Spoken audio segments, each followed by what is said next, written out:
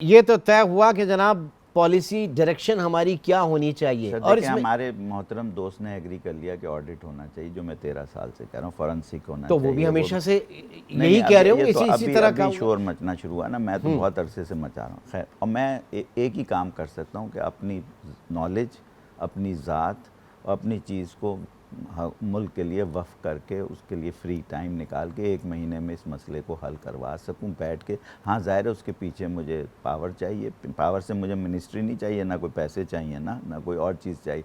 मुझे ये चाहिए कि जब मैं नेगोशिएशन करें हम लोग इनके साथ बैठ के, ये लोग हमारे साथ होंगे ना, जितने भी बिजनेसमैन हैं, जो इंडस्ट्रियलिस्ट हैं, क्योंकि सबसे ज़्यादा सोशल अनरेस्ट का ख़तरा है इंडस्ट्री बंद होने से ज़्यादा। जब इंडस्ट्री बंद होगी तो सारे लोग अनएम्प्लॉयड हो जाएंगे। इस वक्त तो कहाँ जाएंगे, सब एग्रीकल्चर में तो नहीं चले जाएंगे ना। तो जब 30% आबादी आपकी शहर में जो इंडस्ट्री पे बस कर रही, तो जब वो ख़त्म होगी तो सोशल अनरेस्ट होगा तो बहुत बड़ा हंगामा होगा। तो मेरा कहने का मकसद है कि हमें इसी महीने में बैठ के, मुझे ना लें, मेरे ठीक है, जैसा किसी एक आदमी को ले लें जो चले वो तो समझदार जाहिर है कि ईमानदारी से लेके वो तो जाहिर है कि करके। बात। तो मैं ये अपनी, लेकिन मैं एक मिसाल के तौर पे पेश कर रहा हूँ कि कोई ना कोई को तो वफ़ करना पड़ेगा ना, अपने आप का ठीक, टाइम और लेकिन नॉलेज इम्पार्ट। तनवीर साहब, आपको federation of Pakistan Chamber of Commerce and industry, जाहिर है उसकी बहुत बड़ी जिम्मेदारी है इस हवाले से इसको पूरा फॉलो अप रखना, क्योंकि अब एक आम पाकिस्तानी जो है वो आम पाकिस्तानी तो है ही परेशान, लेकिन जाहिर है कि जहां पे वो रोजगार कर रहा है वो तमाम चीजें जो है वो बंद होने के करीब है। और कुछ कहा जा रहा है, मेरे ख्याल से बिजली महंगा होने से 25% सनतें बंद हो चुकी है। Is that right? ये तो यही तो मैं कह रहा हूँ। और आप तो उसका लोड चेक करवा लें एसएनजीपीएल से, गैस कंपनी से और बहुत वादा कम से, हो गया। आपको नजर आ जाएगा कि क्या हो रहा है। तो सर, फेडरेशन में जब हमें जिम्मेदारी मिली है तो हम तो वक्त तक नहीं चुप होंगे जब तक मसले का हल नहीं होगा। हमने तो बोलना है, ठीक है, पावर अल्लाह की पावर है, अल्लाह इज ग्रेट, पर हम जब तक ये मसला हल नहीं होगा सर, हमने इससे पीछे नहीं हटना। शुक्रिया। ठीक है, बहुत बहुत शुक्रिया। हमारे साथ मौजूद थे patron in chief Federation of Pakistan Chamber of Commerce and Industry जनाब एस.एम. तनवीर साहब, और कराची स्टूडियो में हमारे साथ मौजूद हैं सुहेल वजाद साहब। सुहेल साहब, अब आपको लग रहा है कि ये जो मामला जिस लेवल पे आ गया है आईपीपीज के हवाले से, अवेयरनेस के हवाले से, मैं जाहिर है कि अब हमारे ऊपर पड़ी है तो हर कोई इसके ऊपर बात आपके कर, अभी इसमें बड़ा कंट्रीब्यूशन है मीडिया का। जी, हम्म। वरना ये कभी ना आता इस लेवल पे।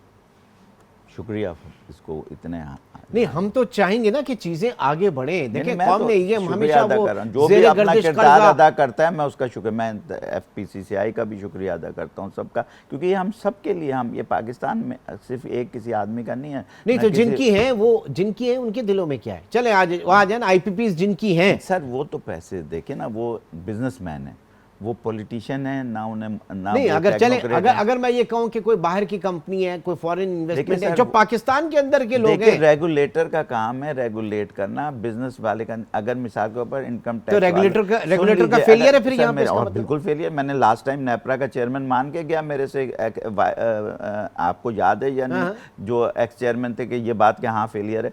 मेरा कहने का मकसद है, अगर आज भी इंडस्ट्री में इनकम टैक्स वाला टैक्स लेने नहीं जाता, या फाइलर नहीं करता, या तो गलती किसकी होती है? वो क्यों करेगा भाई? वो तो जिसकी रेगुलेटरी के लिए आपने 27,000 लोग रखे हुए हैं बिहार में, आपने वहाँ इतने हज़ार लोग रखे हुए हैं, यहाँ तो वो तो उनका काम है ना। या अगर कोई बिल वसूल नहीं करता या चोरी नहीं रोकता, ये तो रेगुलेटर का काम है ना। आप बढ़ाए जाएं भाई, हर आदमी, कोई भी चीज़ है वो, अगर प्राइवेट ही भी, मैं भी अपना काम, तो मुझे पास आता है ना कोई कि भाई रेगुलेटर है, तो ये रेगुलेटर का फेलियर है। रेगुलेटर को ईमानदार होना पड़ेगा, रेगुलेटर ये सब, वरना तो कोई टैक्स अब भी तो नहीं हर देगा। आम पाकिस्तानी ये समझ गया है, और वो बड़े, मेरे ख्याल से 4 आईपीपीज तो ऐसे हैं जो फ्री फंड में जिनको मिल रहा है। 4 से ज़्यादा हैं सर। 4 से ज्यादा है, वो ज्यादा। प्रोड्यूस भी नहीं कर रहे, लेकिन कैपेसिटी पे में 4 से ज़्यादा सर, इसमें से 40% प्रोड्यूस नहीं कर रहे हैं, 101 में से 40% प्रोड्यूस ही नहीं कर रहे, उनको कैपेसिटी पेमेंट में। एंड दे आर गेटिंग हाँ जी, एट व्हाट कॉस्ट?